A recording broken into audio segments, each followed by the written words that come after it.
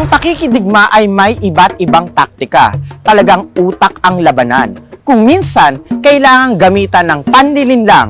Ngunit, kakaiba ang ating bayaning si Gregorio del Pilar. Siya ang paboritong general ni Pangulong Emilio Aguinaldo. Alam ba ninyong nagawa niya at ng mga kasamahang revolusyonaryo ang magdamit babae para matalo sa isang labanan ang mga kaaway? Nakakatuwa, di ba? Sa araw na ito, malalaman ninyo ang naging papel ni General Gregorio del Pilar sa kasaysayan ng Pilipinas, ang pinakabatang general sa edad na 24. Dahil sa lakas ng puwersa ng mga Amerikano, tumakas papuntang Hilagang Luzon si Pangulong Emilio Aguinaldo. Mula sa Malolos, Bulacan ay inilipat niya pansamantala ang kabisera sa Pampanga. Ngunit patuloy ang pagtugi sa kanya ng mga Amerikano. Di nagtagal ay nakuha na ng mga Amerikano ang Pampanga at natalo nito ang mga sundalong Pilipino. Walang nagawa ang hukbo ni Pangulong Emilio Aguinaldo kundi magpakalayo-layo pa. Mula Pampanga ay binigtas nila ang daan tungong Tarlac. Mabato at masukal ang daan. Ngunit hindi siya iniwan ng mga taong sumusuporta sa kanya. Hangad nila ang kaligtasan ni Pangulong Emilio Aguinaldo. Sila ay mas nagpakalayo-layo pa at umabot sa Bayambang, Pangasinan. Ang hirap ng buhay ng palipat-lipat ng lugar at patago-tago, hindi ba? Pero hindi natin sila masisisi. May ipinaglalaban na karapatan ang ating mga bayaning Pilipino. Ipinaglalaban nila ang kasarinlan ng bansa. Ayaw nilang magpakaaliping muli sa tinatawag nilang mga imperialista. Walang iba kundi ang mga Amerikano. Tara't balikan natin ang kwento ko. Alam ni Pangulong Emilio Aguinaldo na hindi sapat ang kanilang hukbo para talunin ang mga sundalong Amerikano. Ngunit kung dadaanin sa taktika ay malaki ang tsansa na kanilang pagkapanalo. Ipinag-utos ni Pangulong Aguinaldo ang pag-iwan ng mga sundalong Pilipino sa kani-kanilang kampo at mamundok. Doon ay bubuo sila ng mga pulutong kung saan maaari nilang paghandaan ang pagdating ng mga sundalong Amerikano. Mas malaki ang kanilang tsansang manalo sa digmaan, lalo't hindi pamilyar sa lugar ang mga dayuhan. Ito ang tinawag nilang sistemang guerrilla na pamumunuan ng kanilang mga lokal na opisyal militar. Patuloy ang kanilang paglalakbay hanggang madaanan ang La Union.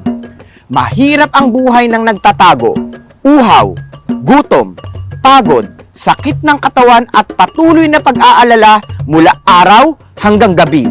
Matakasan lang ang imperialistang mananakop. Kaya mo ba yon? Araw-araw na lakad mula umaga hanggang gabi, akyat baba ng matatarik na bundok at bangin, paglusong sa ilog. Hay, alam kong ang ilan sa inyo ay napapaisip, bakit kaya hindi na lang sila sumuko, di ba? Pero ating alalahanin ang damdaming nasyonalismo na nag-aalab sa kanilang mga puso. Hindi nila ibebenta o isusuko ang kalayaan ng mga Pilipino. May prinsipyo at paniniwala silang ipinaglalaban. Sa matagal na pagkakaalipin sa mga Espanyol, hindi natin maiiwasan ang hangad nilang maranasan ang ganap na kalayaan. Tara't bumalik tayo sa huling bahagi ng aking kwento. Marami ang nagugutom at nagkakasakit sa daan. Ngunit patuloy ang kanilang suporta kay Pangulong Emilio Aguinaldo. Saan man siya magpunta ay nakasunod ang kanyang mga general na handang ipagtanggol siya. Nakarating na sila sa Pasong Tirad, Ilocos Sur. Sinalubong sila ng mga lokal at siniguradong ligtas sila sa kabundukan. Walang Amerikano, walang pangamba. Dito sila na mahinga at nagpalipas ng gabi. Ngunit may natiktikan ang mga sundalong Pilipino at nakarating ang ulat na may namatang Amerikano sa bundok Tirad. Agad na ibinalita ito ni General Gregorio del Pilar kay Pangulong Emilio Aguinaldo. Hangad ng batang general ang kaligtasan ng kanyang pinuno. Agad na naghanda ang pangkat ni Pangulong Aguinaldo sa muling pagtakas. Samantala, nagpresenta si General Gregorio del Pilar na magpaiwan upang masiguro ang kaligtasan at makalayo ng tuluyan si Pangulong Aguinaldo sa mga sundalong Amerikano. Nag-alala si Pangulong Aguinaldo, paborito niyang general si Goyo. Ngunit buo ang loob ng batang general na ipagtanggol ang Pangulo. Kasama ng kanyang hukbo, bumaba sila ng bundok para harangan ang mga sundalong Amerikano. Pinamunuan ni Peyton March ang hukbo ng mga sundalong Amerikano. Nagkaroon ng mga palitan ng putok ng baril. Buong tapang na hinarangan ni Goyo ang daan. Makaiwas at makalayo lamang si Pangulong Aguinaldo. Ngunit sa hindi inaasahang pangyayari, sa gawing likuran ng kuta ay itinuro ng isang igorot na nagngangalang si Januario Galut ang daan kung nasaan ang hukbo ng batang general. Matapos ang 6 na oras na labanan, nakita ni General Gregorio del Pilar na papalapit na ang mga Amerikano. Sumakay siya sa kanyang kabayo at nakipagpalitan ng putok ng baril. Nabaril sa leeg si General Gregorio del Pilar na agad niyang ikinamatay. Matagumpay na nakalayo at nakatakas papuntang Lubuagan, Kalinga si Pangulong Emilio Aguinaldo. Salamat sa kabayanihang ipinamalas ng batang general.